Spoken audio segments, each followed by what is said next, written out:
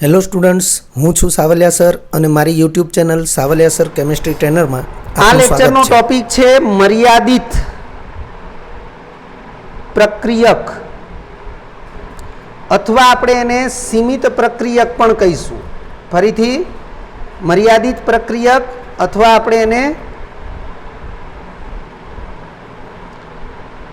સીમિત પ્રક્રિયક એવું પણ કહીશું. મર્યાદિત પ્રક્રિયક અથવા સીમિત પ્રક્રિયકની વ્યાખ્યા આપવી હોય તો શું આપી શકાય? તો એ વ્યાખ્યા એવી આપી શકાય કે રાસાયણિક પ્રક્રિયામાં જે પ્રક્રિયક, ફરીથી રાસાયણિક પ્રક્રિયામાં જે પ્રક્રિયક તેની તત્વયોગમિતીય મોલ સંખ્યાની સાપેક્ષે ઓછી સંખ્યામાં મોલ ધરાવતો હોય, અથવા એને આવી રીતે લખી શકીએ, રાસાયણિક પ્રક્રિયામાંનું જે પ્રક્રિયક તેના તત્વયોગમિતીય પ્રમાણ, તત્વયોગમિતીય પ્રમાણ એટલે તત્વયોગમિતીય મોલ સંખ્યા ની સાપેક્ષે ઓછા પ્રમાણમાં હોય તેને સીમિત પ્રક્રિયક,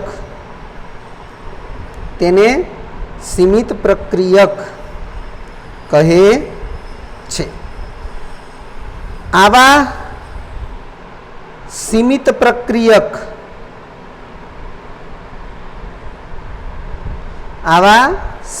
પ્રક્રિયક ને કારણે રાસાયણિક પ્રક્રિયા અમુક હદ સુધી થઈને અટકી જાય છે, કારણ કે આવો પ્રક્રિયક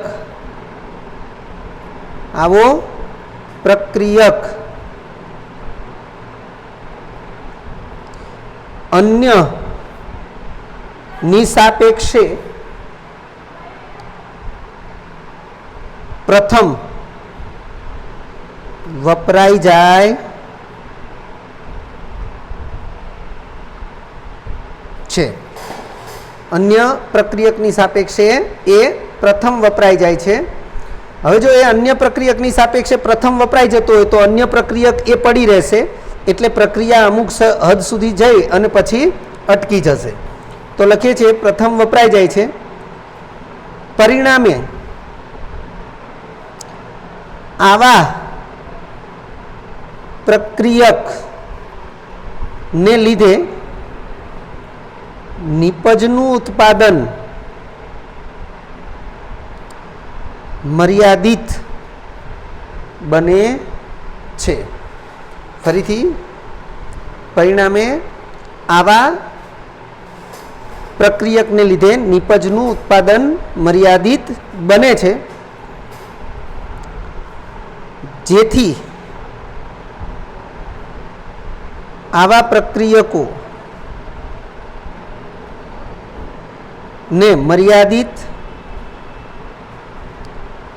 પ્રક્રિયક અથવા સીમિત પ્રક્રિયક કહે છે. એક ઉદાહરણથી આપણે આને સમજીએ છીએ. ખાસ ધ્યાનથી આપણે એને સમજીશું. ઉદાહરણ જે છે એ ઉદાહરણ એક પ્રશ્ન સ્વરૂપનું જ છે. દાખલા તરીકે એક પ્રક્રિયા સમીકરણ છે. 4 મોલ NH3 એ 5 મોલ O2 સાથે પ્રક્રિયા કરે તો 4 મોલ NO બનશે અને 6 મોલ H2O બનશે. હવે સ્વાભાવિક છે કે આ પ્રક્રિયા જે છે એ ઓક્સિજન સાથે એમોનિયાની પ્રક્રિયા છે, એટલે ઓક્સિડેશન પ્રક્રિયા કહેવાય. એટલે ઊંચા તાપમાને આ પ્રક્રિયા થતી હોય અને તેથી નિપજો વાયુ સ્વરૂપની મળે છે. હવે તમે અહીંયા જોઈ શકો છો પ્રક્રિયકો જે છે NH3 અને O2 એનું તત્વયોગમિતીય પ્રમાણ 4:5 છે. તો આપણે લખીએ છીએ જો આ પ્રક્રિયામાં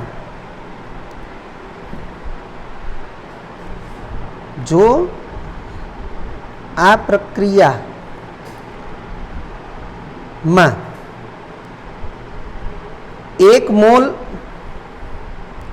NH3 અને 1 મોલ O2 લઈને અંત સુધી પ્રક્રિયા થવા દેવામાં આવે.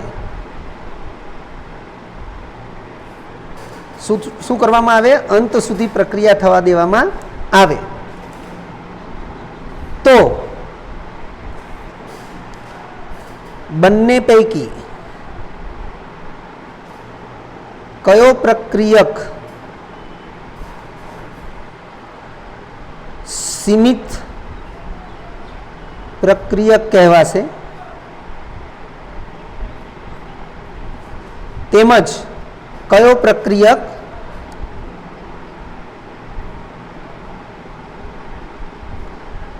બાકી રહેશે?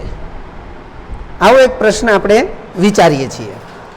તો હવે તમે જુઓ છો કે 4 મોલ NH3 સામે 5 મોલ O2 ની જરૂર પડે. તો 1 મોલ NH3 અને 1 મોલ O2 લીધો છે તો આપણે ત્રિરાશિનો ઉપયોગ કરીએ છીએ, બરાબર.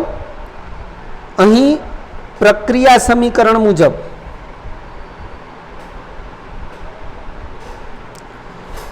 ચાર મોલ NH3 સાથે 5 મોલ O2 ની જરૂર પડે.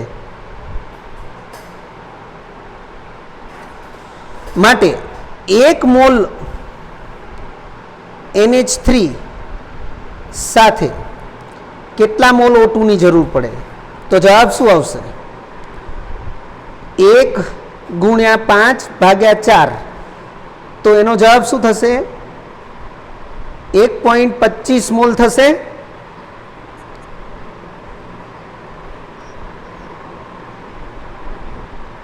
હવે અહીંયા આપણે લખ્યું કે 1.25 મોલ O2 ની જરૂર પડે, પણ લીધો છે કેટલો? 1 મોલ O2 લીધો છે, એટલે તત્વયોગમિતિ પ્રમાણે લેવો જોઈએ 1 મોલ NH3 સાથે 1.25 મોલ O2. પણ તત્વયોગમિતીય પ્રમાણ કરતાં ઓછું પ્રમાણ લેવામાં આવ્યું, એનો મતલબ કે O2 છે એ શું થશે? સીમિત પ્રક્રિયક. ખ્યાલ આવી ગયો ને? એટલે O2 એ સીમિત પ્રક્રિયક થશે અને કયો પ્રક્રિયક પડી રહેશે, બાકી રહેશે? તો એમોનિયા એ બાકી રહેશે. 1 મોલ O2 વપરાઈ જશે પણ એમોનિયા જે છે એ થોડો બાકી રહેશે. તો આપણે એ શોધવું હોય કે એમોનિયા કેટલો બાકી રહેશે તો એ પણ આપણે શોધી શકીએ છીએ. આમ અહીં 1 મોલ NH3 સાથે 1.25 મોલ O2 લેવો જોઈએ, પરંતુ અહીં 1 મોલ O2 જ લેવામાં આવ્યો છે. ફક્ત 1 મોલ O2 જ લીધેલો છે, તેથી તેનું પ્રમાણ 1.25 મોલ કરતાં ઓછું હોવાથી O2 એ સીમિત પ્રક્રિયક ગણાશે. આ સ્થિતિમાં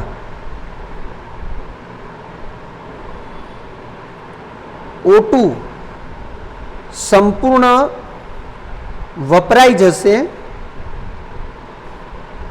જ્યારે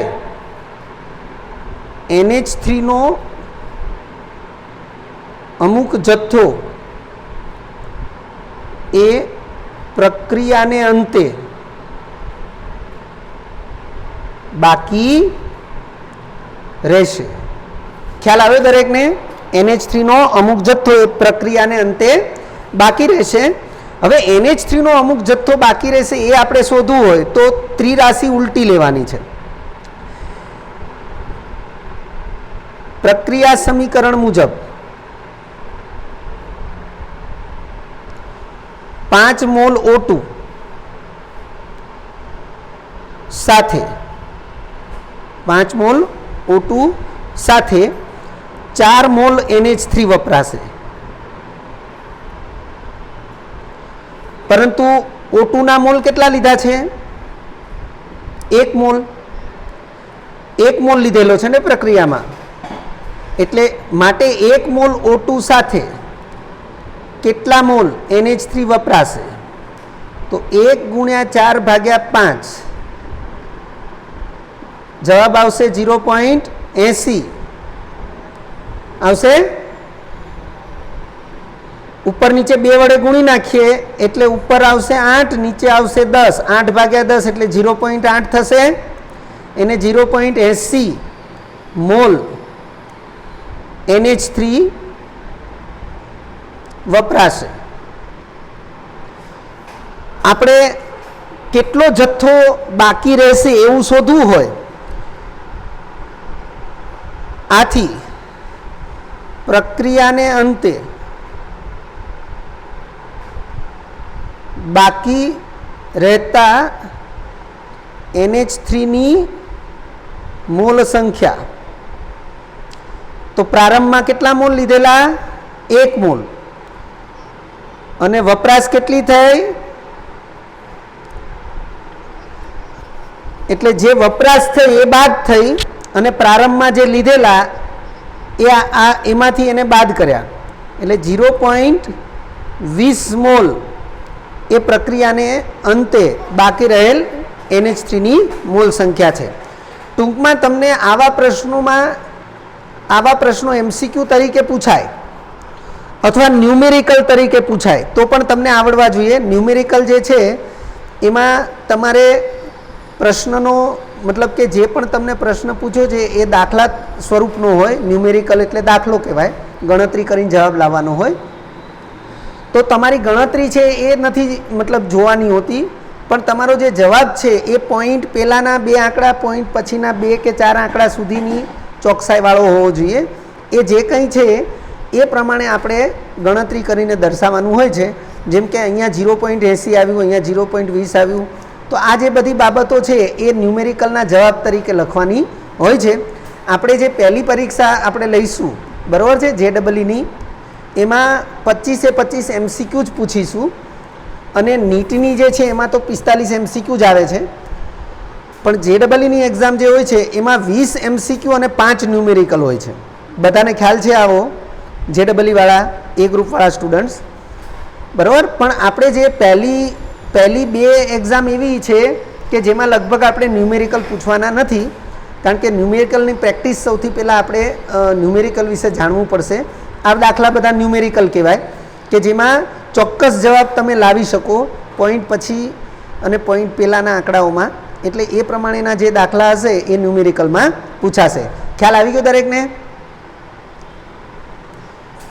આનો સ્ક્રીનશોટ લઈ લો. ચલો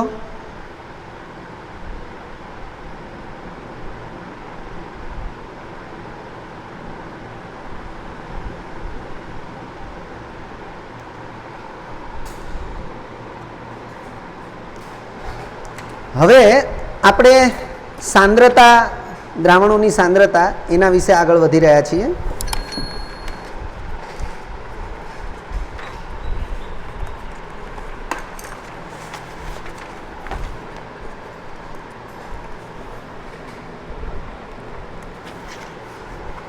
ચલો સૌથી પહેલાં આપણે ટોપિક સમજીએ છીએ દ્રાવણોમાં થતી પ્રક્રિયા.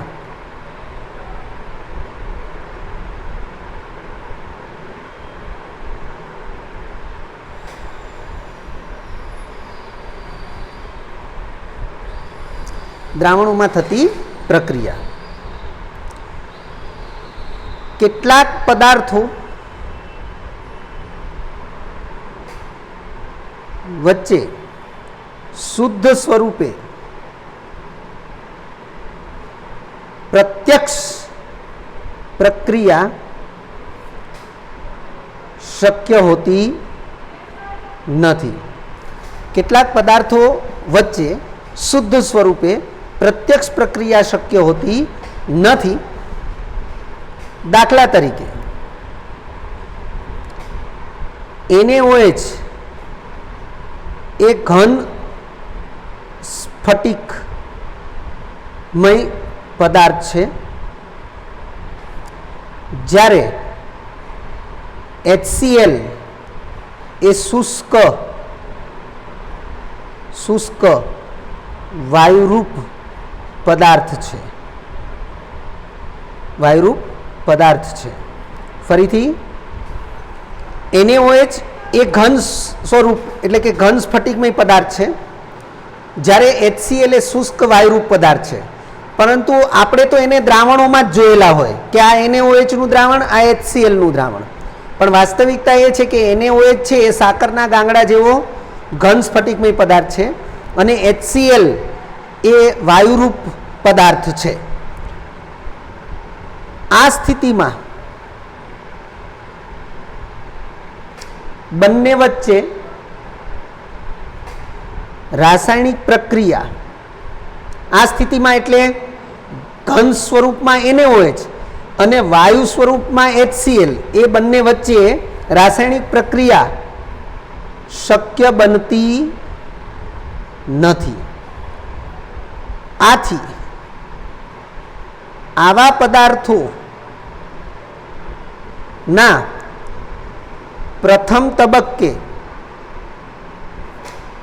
જલીય દ્રાવણનો મતલબ પાણીમાં બનાવેલા દ્રાવણ,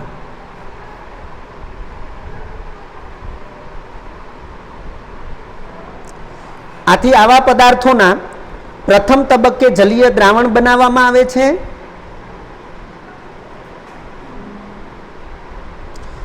ત્યારબાદ તે દ્રાવણોને મિશ્ર કરવાથી વાસ્તવમાં તે પદાર્થો વચ્ચે રાસાયણિક પ્રક્રિયા થાય છે. આવી પ્રક્રિયાઓને દ્રાવણોમાં થતી પ્રક્રિયાઓ કહે છે. ઉપરોક્ત ઉદાહરણ મુજબ થતી પ્રક્રિયા તો NaOH એક્વિયસ, જલીય દ્રાવણ એટલે એક્વિયસ લખાય, ખબર છે એવું, plus HCl aqueous gives NaCl aqueous plus H2O, આમ તો લિક્વિડ થઈ જશે કારણ કે પાણીમાં જ દ્રાવણ હોય અને H2O બને પછી આપણે એને લિક્વિડ કહીએ છીએ. નોંધ, અહીં જ્યાં સુધી પ્રક્રિયકો ના ઘટક આયનો નું વિયોજન એટલે છૂટા પડવું, અહીં જ્યાં સુધી પ્રક્રિયકોના ઘટક આયનોનું વિયોજન થતું નથી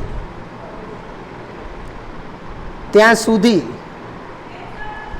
તટસ્થીકરણ, આ પ્રક્રિયાને તટસ્થીકરણ પ્રક્રિયા કહેવાય, એ ખ્યાલ છે.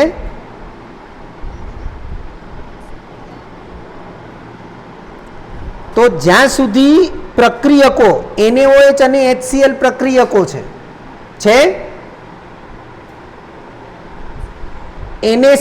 NaCl અને H2O નિપજો છે, તો જ્યાં સુધી આના ઘટક આયનો તરીકે Na+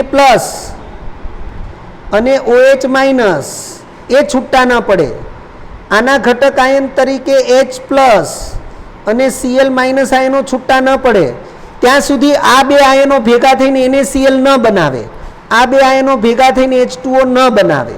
એટલે આયનો છૂટા પડવા જોઈએ. ખ્યાલ આવે છે દરેકને? અને આયનો ઘન અવસ્થામાં, વાયુ અવસ્થામાં આયનો છૂટા પડતા નથી.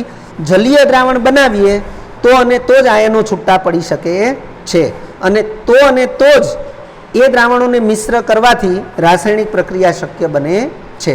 એટલે લખીએ છીએ અહીં જ્યાં સુધી પ્રક્રિયકોના ઘટક આયનોનું વિયોજન થતું નથી ત્યાં સુધી તટસ્થીકરણ પ્રક્રિયા શક્ય બનતી નથી. તેમજ આ જલીય દ્રાવણ બનાવીશું તો જ વિયોજન શક્ય બને છે. ઉપરાંત જલીય દ્રાવણ બનાવવાથી જ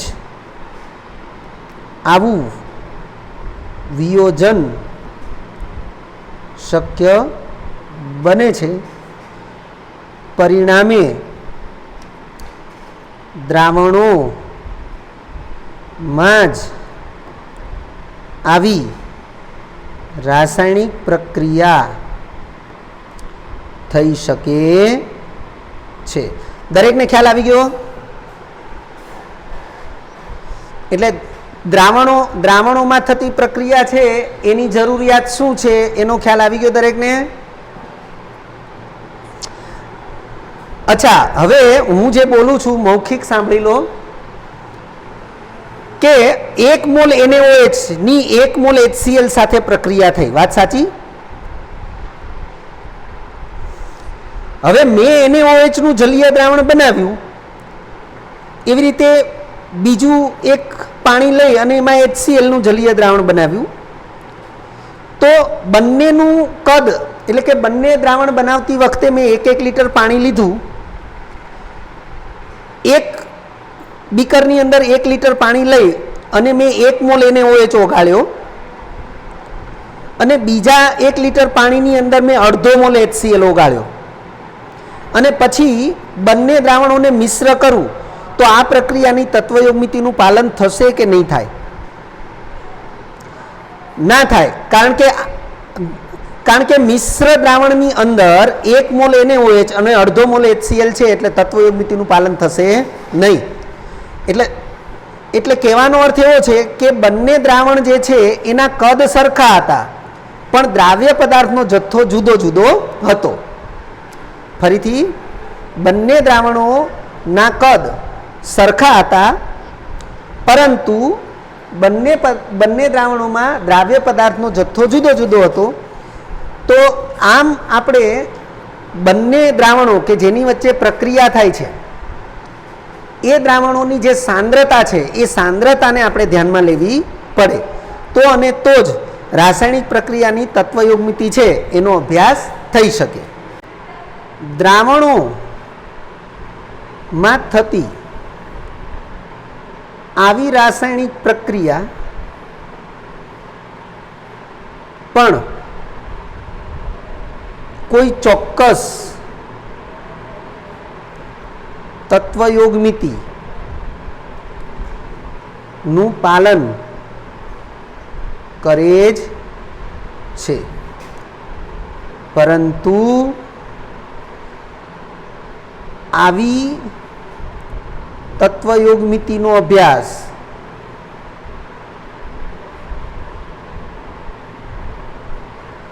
જે તે દ્રાવણોની સાંદ્રતાને આધારે જ શક્ય બને છે. ટૂંકમાં દ્રાવણોમાં થતી પ્રક્રિયાનો અભ્યાસ આપણે કરવો છે તો આપણે દ્રાવણોની સાંદ્રતાને સૌથી પહેલાં જાણવી પડે. આમ દ્રાવણોની સાંદ્રતા એ ખૂબ જ અગત્યની છે. દ્રાવણોની સાંદ્રતા એ ખૂબ જ અગત્યની છે. હવે આપણે વ્યાખ્યા લઈએ છીએ દ્રાવણ તેમજ તેના ઘટકો, દ્રાવણ તેમજ તેના ઘટકો એને આપણે પહેલાં સમજીશું અને ત્યારબાદ આપણે દ્રાવણની સાંદ્રતા વિશે સમજીશું. બે કે તેથી વધુ પદાર્થો ના સમાંગ કહેતા એકરૂપ મિશ્રણને દ્રાવણ કહે છે. આપણે ચેપ્ટરની શરૂઆતમાં સમાંગ મિશ્રણ, વિસમાંગ મિશ્રણ ભણ્યા છીએ. એ પૈકી સમાંગ મિશ્રણ હંમેશા દ્રાવણ તરીકે ઓળખાવી શકાય. ફરીથી, સમાંગ મિશ્રણ એને હંમેશા દ્રાવણ તરીકે ઓળખાવી શકાય. દ્રાવણ ના સામાન્ય રીતે બે ઘટકો હોય છે. આપણે બે કે તેથી વધુ પદાર્થોના સમાંગ મિશ્રણને એવું કહીએ છીએ ને, તો આ બે પદાર્થો ઓછામાં ઓછા જે છે એને આપણે સામાન્ય રીતે બે ઘટકો તરીકે ઓળખાવીશું. એમાં પહેલો ઘટક છે દ્રાવ્ય, એટલે દ્રાવ્ય પદાર્થ, દ્રાવ્ય કહેતા દ્રાવ્ય પદાર્થ, જેને ઓગાળવામાં આવે છે એ પદાર્થ. પણ એની વ્યાખ્યા આવી થશે: દ્રાવણમાં જે ઘટકનું પ્રમાણ સાપેક્ષમાં ઓછું હોય તે ઘટકને દ્રાવ્ય કહે છે. રેડી? અને બીજો ઘટક જે છે એ દ્રાવક છે. તો દ્રાવણમાં જે ઘટકનું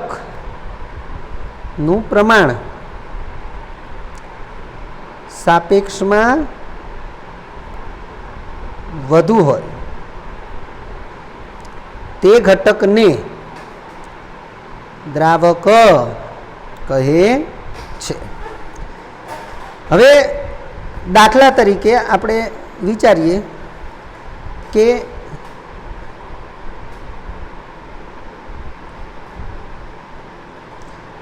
આ એક ગ્લાસ પાણી ભર્યું છે મેં, પાણી, અને આપણે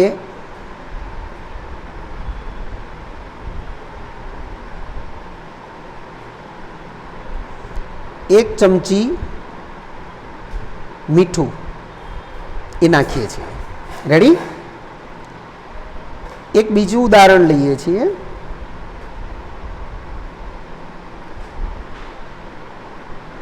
એક ગ્લાસમાં ઠાંસીને આપણે મીઠું ભરી દઈએ છીએ. આ શું ભર્યું છે? મીઠું.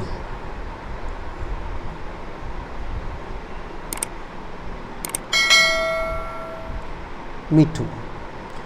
અને આપણે